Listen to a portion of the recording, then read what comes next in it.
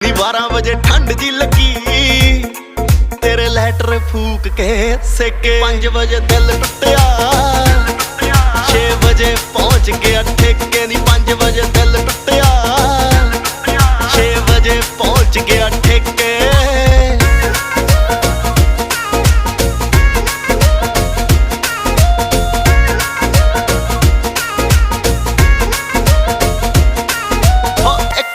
ਘਰੋਂ ਫੋਨ ਆਉਣ ਲੱਗਿਆ